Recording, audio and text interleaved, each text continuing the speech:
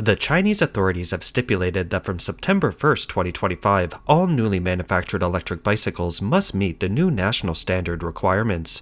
From December 1st, all electric bicycles that do not meet the new standard will be banned from sale. The so-called new national standard refers to the new national standard for electric bicycles, and the maximum design speed cannot exceed 25 kilometers per hour. Some netizens humorously criticize the many unreasonable aspects of this new bicycle in a video. Good news, starting December 1st, you can only buy the new national standard electric bicycle. The new bicycle successfully solved the problem of electric bicycles being faster than bicycles. Now, it has a speed limit of 25 kilometers per hour, and the power will be cut off if you exceed the speed limit. In 2024, speeding accidents involving electric bicycles accounted for less than 2%. Previously, it took 20 minutes to get to the company. Now you have to leave half an hour earlier. If you're in a hurry, just ride a bicycle. Starting December 1st, the new national standard for electric vehicles will be enforced, and all non-compliant older electric vehicles will be completely banned from sale. What is the new national standard? It strictly controls non-metallic accessories on the vehicle body. A single plastic part cannot exceed 5.5% of the total vehicle weight. This means that plastic parts like the body shell, mudguards, and side panels must be replaced with metal ones, and the vehicle must be equipped with a Beidou positioning system. Is this the new national standard electric vehicle? The seats are made of hard foam material. While light, they are stiff and uncomfortable for long rides. Even more frustratingly, it's practically a public bike, easily disappearing if you're not careful. The design is also significantly simplified. No backrest, no passenger capacity, lack of storage space. Helmets and raincoats must be carried by hand. Speed remains a major point of contention. The 25 km/h speed limit blurs the line between electric bikes and bicycles, sometimes requiring you to dismount and push the bike uphill. Battery life is also limited, inevitably causing battery anxiety during daily commutes. In the past few days, the new national standard electric bicycles have been heavily criticized online. The main complaints are, first, the storage space is insufficient and difficult to find. Second, the child seat is nowhere. Third, the climbing speed is slow. Even at 9 km/h with one person on board, it's as slow as a tortoise. Fourth, the price is not affordable. Early models of the older national standard bicycles cost around $283, but now they cost $400 or $500. Ordinary people can't afford this price. Netizens commented, "After seeing this, Sonia Kaushi is increasingly confident. And, cut off your power if speeding. Who designed this? If the power goes out and the bike crashes in the middle of the road, who will be responsible? The people who manufacture the electric bikes?" Someone even posted a picture saying, "This is how I take my child to school. It's not easy." The new national standard electric bicycles have been criticized for many unreasonable design flaws, including the lack of a rear seat, making it impossible to carry children, no place to store helmets, and the seat is easily stolen because of its easy removal. Under the new standard, the weight of the entire vehicle cannot exceed 55 kilograms. To reduce weight, manufacturers have simply eliminated the basket and trunk, leaving no storage space. Essential items like helmets, raincoats, and chargers have nowhere to go, making shopping inconvenient. The new standard claims to limit the maximum speed to 25 km/h for safety reasons. Exceeding the speed will cause the vehicle to lose power.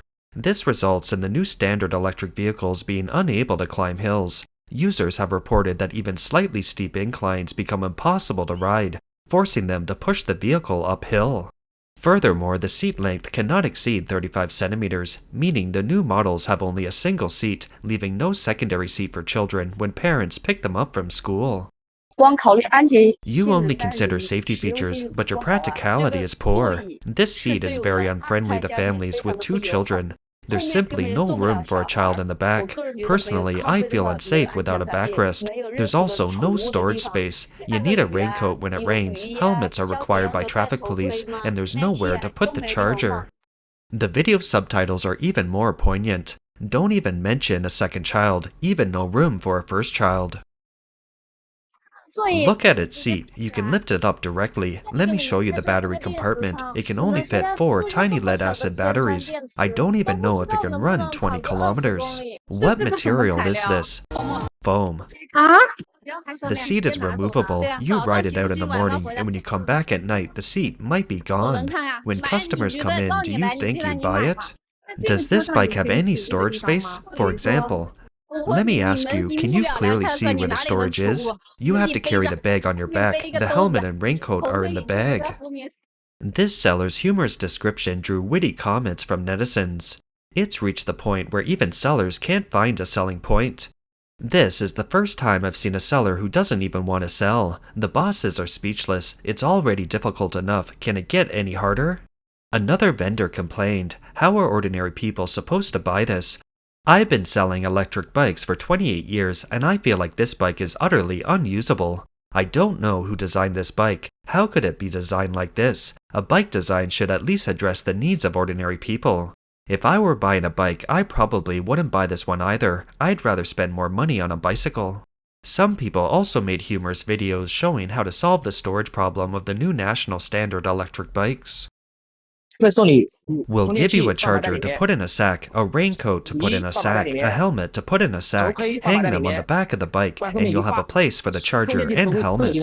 This is a young man demonstrating what he does after locking his electric bike, taking everything he needs out of the way before he feels at ease. Netizens commented, whose elite son has started another business? Do the researchers usually ride electric scooters? It's exactly like the oversupply of shared electric scooters. The big shots paid out money to get the decision makers to change it like this. Have their experts ride these new standard scooters to work for a month, experience how to carry a charger, raincoat, and helmet without a trunk, and the speed limit is 25 kilometers an hour. If they exceed 25 kilometers an hour when going uphill, they fear they will slip down due to the power cutting. Stopping at 25 kilometers an hour is even more dangerous. One netizen posted a video saying, after seeing this year's new national standard electric bikes, I was truly stunned. The most shocking part is that experts, while trying to control the overall weight of the electric bikes, also require that the plastic content of the outer shell cannot exceed 5%. This forces manufacturers to cut corners in other parts of the bike to ensure that the battery capacity is not reduced too much, while still meeting the new national standard requirements. This results in the hollowed-out seat we see now. Most importantly, this new design means that many components have to be sourced from new suppliers, and to maintain profits, the new model is significantly more expensive than the old one. This unreasonable design combined with the unreasonable price has also led to public resistance. One vendor stated that they haven't sold a single new national standard electric bike yet. This electric scooter is $538? Yes. Anyone buying? Haven't you made a sale yet? Netizens commented, $538. Who set that price? The words new national standard are too costly. I think it's only worth $54. 4 batteries are $14.20, the frame is around $20, and the tires and wiring are around $20. Can you consider commuters like us? We ride scooters for convenience. Just ride a bicycle, the old kind is fine. You can carry someone and carry things, and it's good exercise too. A shop owner said that when selling old national standard electric scooters, they could sell an average of 10 to 20 a day, and more than 30 on good days. After the new national standard was officially implemented, sales plummeted. A Hangzhou bicycle shop owner bluntly stated, after selling them, several customers came back to return them.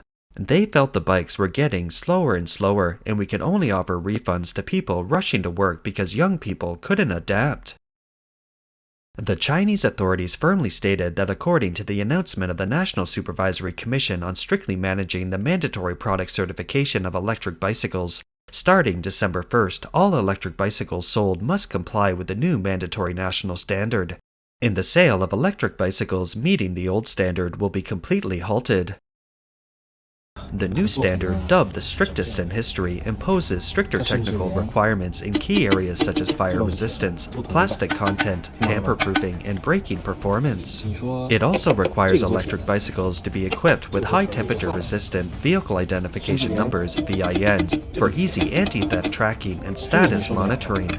Furthermore, the new standard strengthens the tamper-proofing requirements for electric bicycle battery packs, controllers, and speed limiters, and adds Beidou positioning, communication, and dynamic safety monitoring functions. Our new national standard electric bicycles have added a very powerful new feature. All of our vehicles are equipped with a Beidou positioning. If your bicycle is lost or can't be found one day, we can also locate it through the built-in mini program, greatly improving the vehicle's security.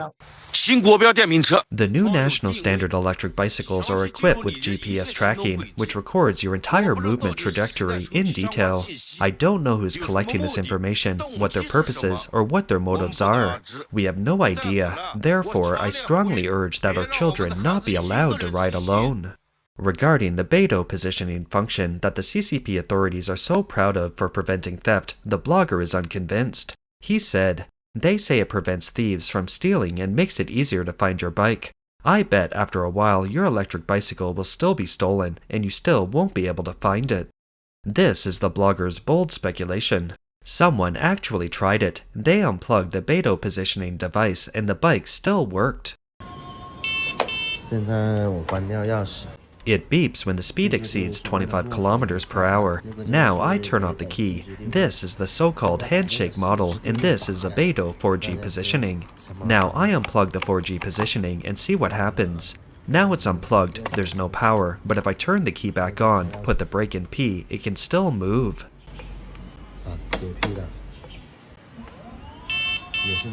The man also unplugged the handshake module and the anti-theft device, stating that even after removing these three items, the electric bike could still be driven away. This demonstrates that the anti-theft function of the new national standard electric bikes is ineffective. Netizens pointed out, just replace the controller and remove the speed limit. The positioning is useless. If the person is missing, they can't be found, let alone the bike. Some also commented, the seller told me that cutting the wire at the back of the bike would remove the speed limit. It seems the new national standard electric bikes being forcibly promoted by the CCP authorities are truly unpopular. Many people are starting to miss the old national standard electric bikes, and this young man is offering some advice. All the new national standard electric bikes on the market now are all industrial waste. They could just rob you of $567, but they insist on giving you an industrial junk instead. It's really amazing. While there's still many electric bikes on the market, I'm talking about the old national standard electric bikes. Hurry up and find one on a secondhand platform. See what you can buy for $567. You don't even need $567.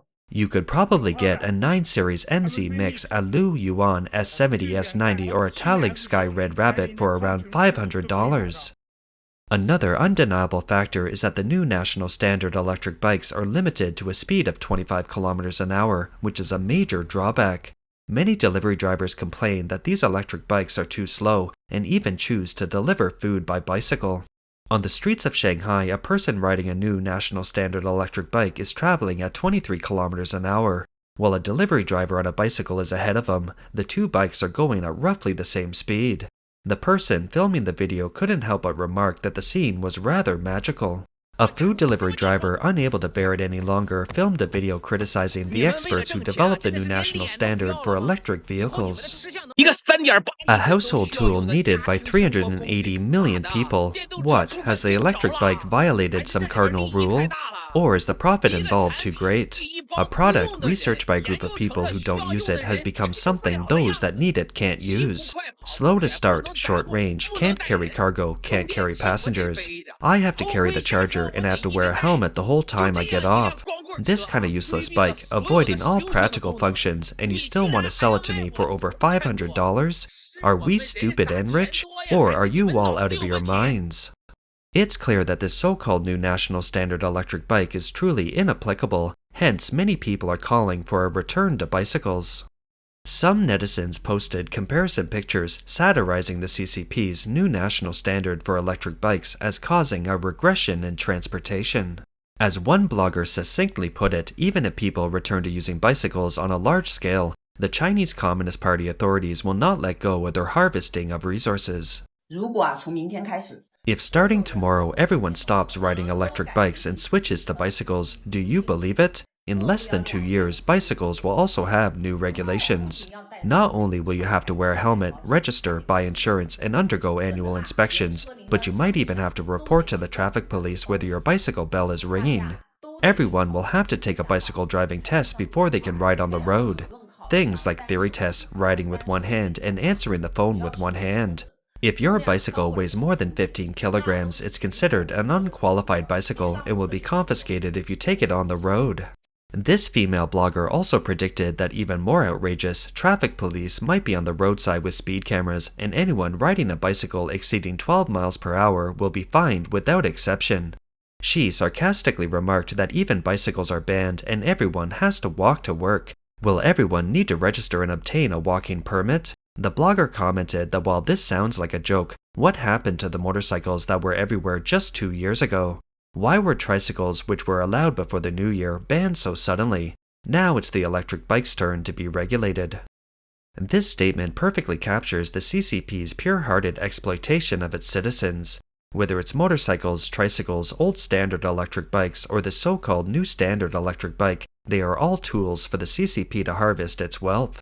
Although the CCP officially claims that electric bicycles already purchased by consumers will not be forcibly phased out, it has still ordered local governments to accelerate replacements through policies such as trade-ins.